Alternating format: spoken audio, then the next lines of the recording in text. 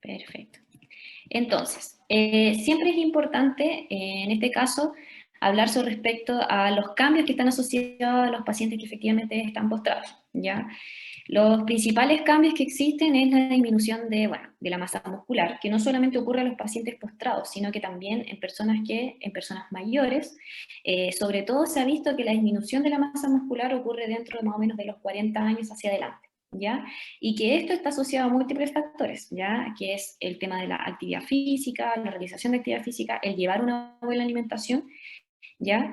Eh, y principalmente evitar enfermedades cardiometabólicas, ya como la hipertensión, que van a ser procesos bien que van a medir la masa muscular en el cuerpo, ¿ya? También se ha visto, y lo hemos visto mucho en los pacientes postrados, que disminuyen su ingesta alimentaria. También ocurre asociada que efectivamente, y en conjunto con eso se ha visto que disminuye la ingesta hídrica, es decir, esa sensación de sed que debiesen estar sintiendo se ve disminuida, ¿ya? Y que son problemas que normalmente están asociados cuando se realizan las visitas a los pacientes postrados. Que hay que tener también mucho cuidado es el tema de la disminución de la motilidad intestinal, es decir, efectivamente mm, tienen más lento el tránsito intestinal, que ya efectivamente a veces de que les cueste realizar deposiciones y ya en casos más graves ocurre lo que es el feto.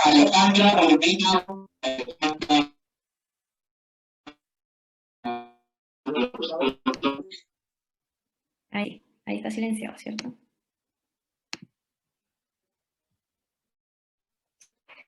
Y mucho de lo que me han comentado los pacientes también es el tema de la intolerancia a la lactosa, ya que es un problema recurrente que incluso puede hacer el efecto contrario a la disminución de la motilidad intestinal, y que efectivamente aumenten las diarreas. Bueno, continuando con lo que mencionábamos, el tema de la disminución de la ingesta alimentaria, y es una de las dudas que efectivamente apareció. O sea, ¿qué ocurre efectivamente entre este balance en que a veces los pacientes postrados tienden a comer un poquito más o tienden a comer un poquito menos? ¿Ya? En estos casos existen varias recomendaciones que podemos ir trabajando con los pacientes postrados, ¿ya? Que son las que les voy a mencionar acá. ¿Cómo podemos mejorar efectivamente esta ingesta alimentaria? Porque es una preocupación constante, sobre todo porque se depletan los pacientes, bajan su porcentaje de masa muscular, bajan de peso, ¿ya? Y esa es la principal consulta efectivamente de los pacientes postrados, en este caso de los cuidadores. Entonces, ¿cómo lo podemos hacer? Sobre todo cuando efectivamente los pacientes normalmente tienden a consumir alimentación en papilla, en donde se dificulta un poquito más la ingesta de alimentos. Acá la verdad es que se puede jugar de varias formas, ¿ya? El agregar un mayor aporte calórico. Siempre les digo, por ejemplo, que las preparaciones nosotros podemos agregar alimentos que no necesariamente aumenten el volumen de las comidas, ¿ya? Pero sí aumenten el aporte de calorías que nosotros podemos entregar en esa poquita cantidad que efectivamente el paciente postrado nos está aceptando, ¿ya? Como por ejemplo, alimentos que nosotros podemos tener en el hogar de tal forma de que efectivamente no necesariamente el cuidador tenga que comprar algún suplemento, ¿ya? Si hay casos es que efectivamente es recomendable un suplemento calórico, ¿ya? Que nosotros lo recomendamos cuando ya efectivamente la ingesta es muy baja, pero en otros casos se pudiese agregar un aporte calórico a través de alimentos como por ejemplo el tener la maicena, aumentar un poquito el aporte calórico de los pacientes, ¿ya? En estas pequeñas comidas que no están aceptadas. Y efectivamente aumentar el aporte proteico, porque como bien les decía, efectivamente existe una disminución de esta masa muscular en los pacientes postrados a causa de la baja movilidad, ¿ya? Y también asociado también a la edad.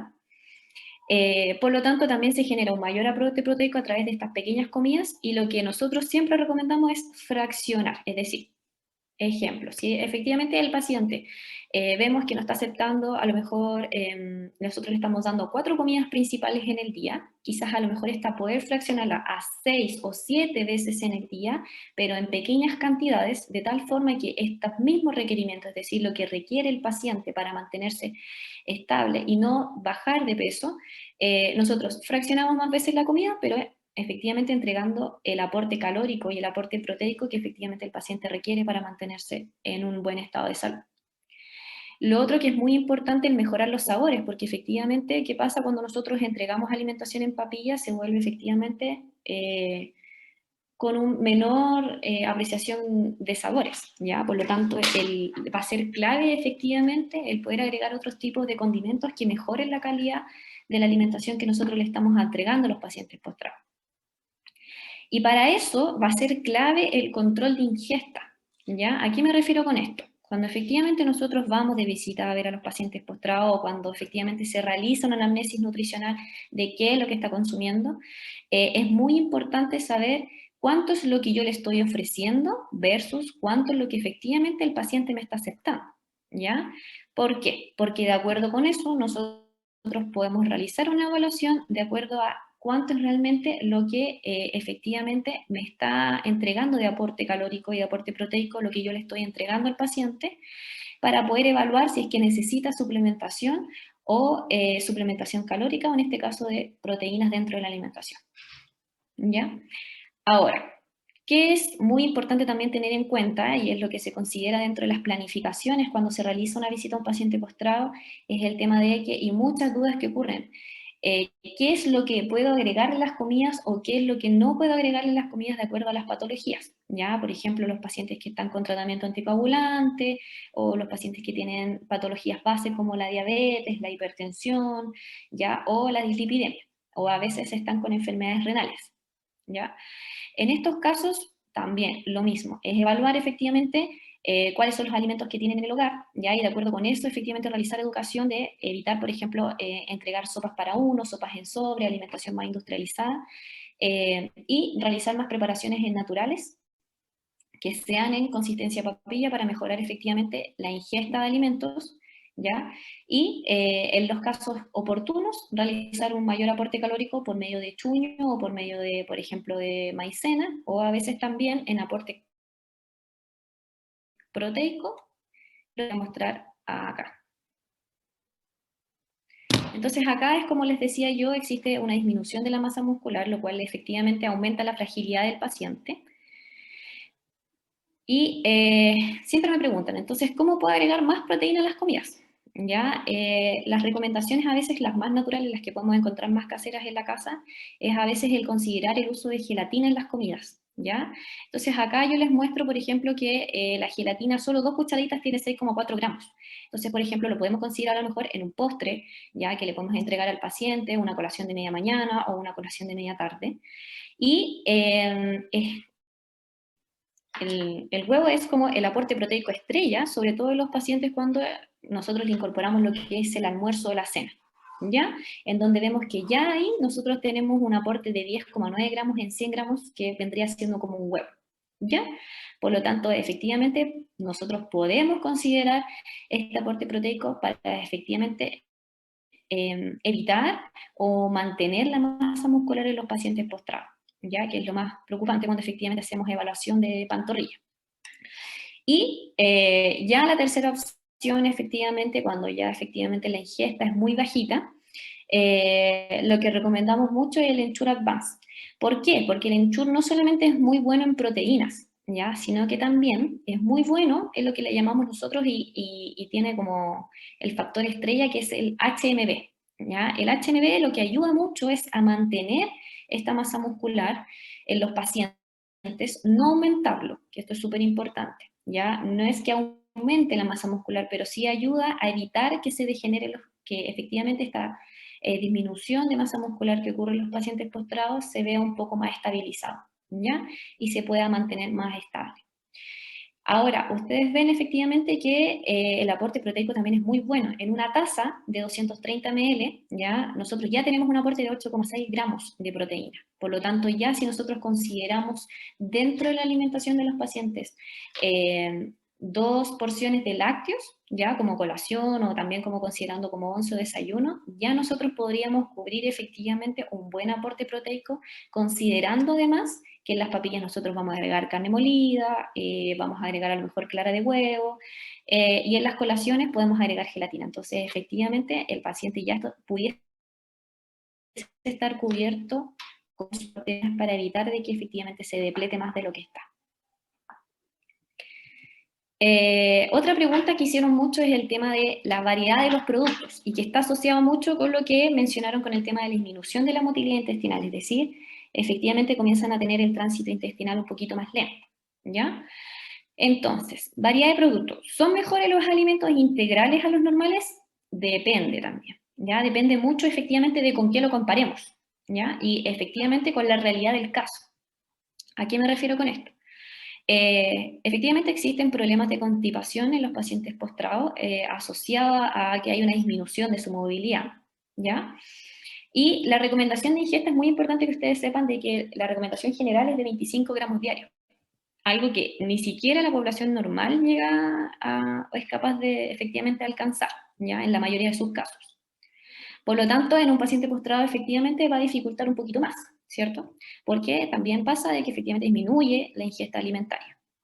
Entonces, acá yo les traje un ejemplo muy práctico para que pudieran ver los cuidadores, que es con respecto a nosotros siempre, ¿qué es mejor? ¿Comer arroz integral, comer fideos integrales? ¿Es mejor que otros alimentos? ¿Es realmente necesario? En estos casos, si ustedes pueden comparar el arroz integral, la porción en este caso del arroz multigrano tiene 4,7 gramos. Y eso es equivalente a una taza, o un cuarto de taza, perdón. Ahora, muy distinto es, por ejemplo, si nosotros lo comparamos con legumbres, que pudiésemos hacer a lo mejor una papilla con legumbres, ¿ya? O un alimento picado con legumbres, y aquí ya un tercio de taza nos aporta ya casi el doble de lo que nos entrega el arroz, ¿ya? Y aquí yo voy muy de la mano con la facilidad de las preparaciones.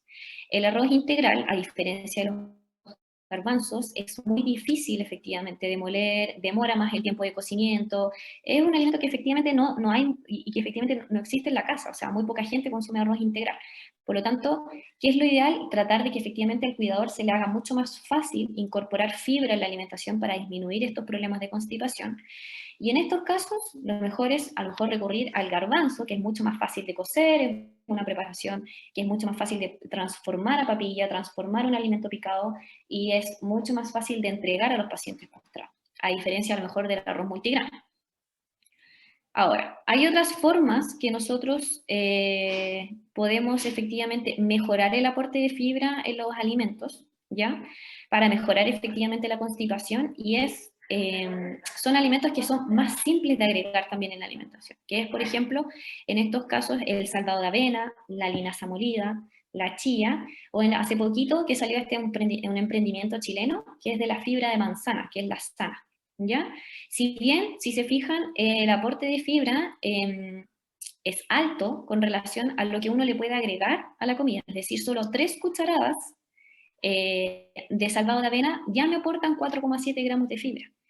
Lo mismo pasa con la linaza molida, ya 2 cucharadas me aportan 5,4 gramos efectivamente de fibra, y lo mismo pasa con la chía y la fibra de manzana.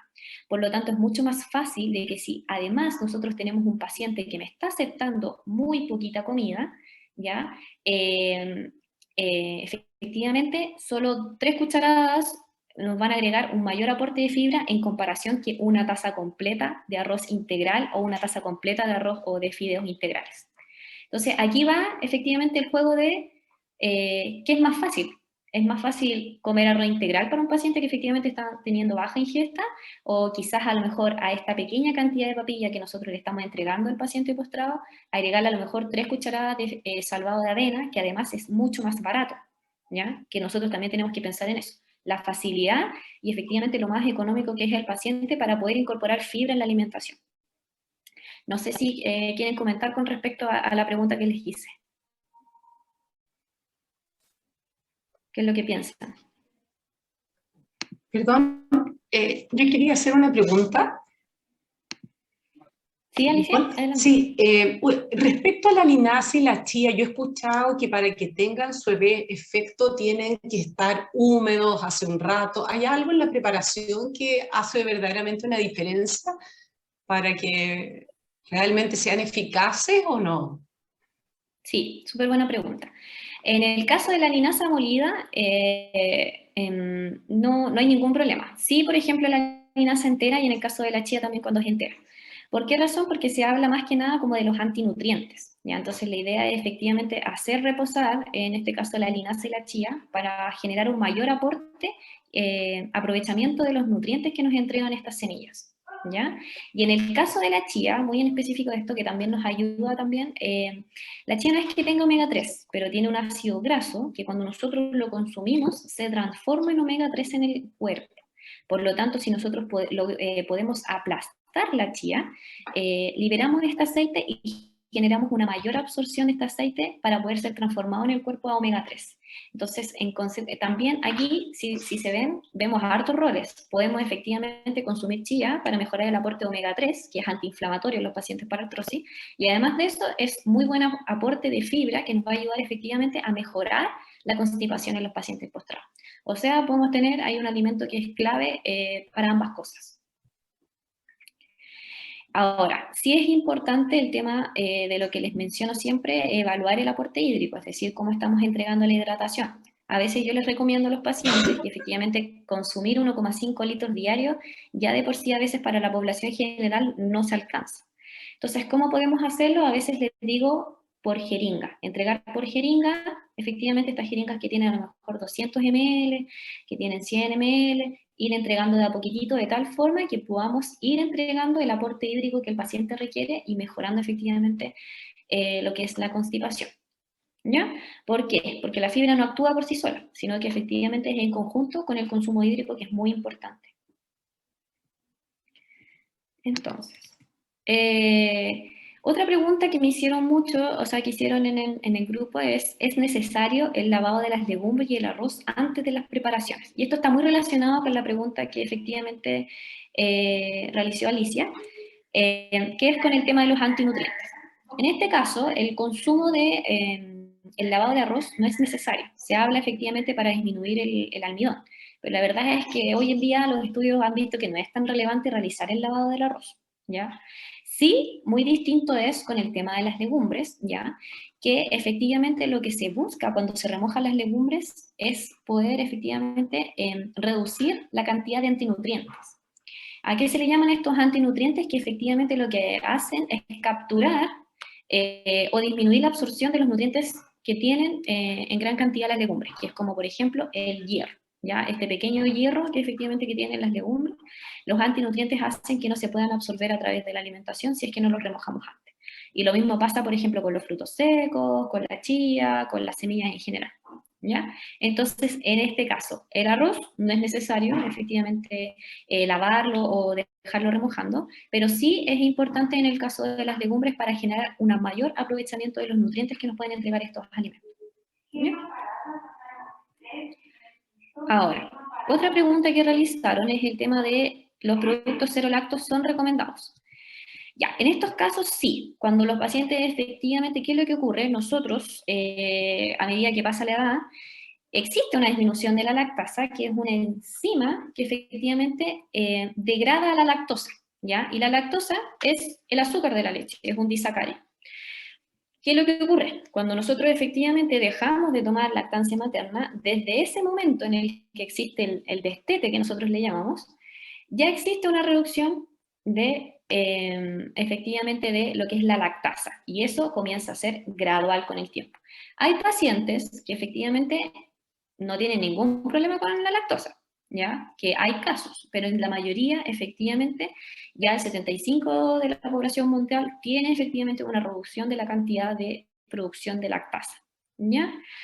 ¿Qué es la lactasa? Una enzima que va a degradar efectivamente la lactosa, y cuando efectivamente nosotros ya tenemos esta disminución de esta enzima, lo que ocurre son estos procesos que decimos nosotros que empezamos a generar más gas, ya nos empezamos a sentir un poquito más hinchados, con más malestares, a veces también nos da diarrea asociada a la disminución de la lactasa, ¿ya? Entonces, ¿es recomendable o no es recomendable? Esto es también lo mismo, muy depende. Si efectivamente ustedes observan de que en los cuidadores y los pacientes postrados desarrollan diarrea, por ejemplo, entregando yogur, ahí sí, efectivamente es recomendado consumir alimentos sin lactosa, 0% lactosa. ¿Ya? O de lo contrario también, lo que se utiliza cuando efectivamente a veces no nos están aceptando alimentos sin lactosa es que existe la venta de la enzima de la lactasa. Y eso se entrega en conjunto con efectivamente con el yogur o el lácteo que ustedes desean entregar. Entonces, ¿los productos lácteos son recomendados? Bueno, como yo les dije, depende, ¿ya? Estas son las preguntas que efectivamente me realizaron algunos de los, efectivamente, de los cuidadores que estaban en el grupo, pero lo ideal es efectivamente generar como un foro para responder las preguntas que ustedes tienen como cuidadores principalmente, o cosas que les pasan en la vida diaria que nosotros podamos ir resolviendo efectivamente en esta presentación.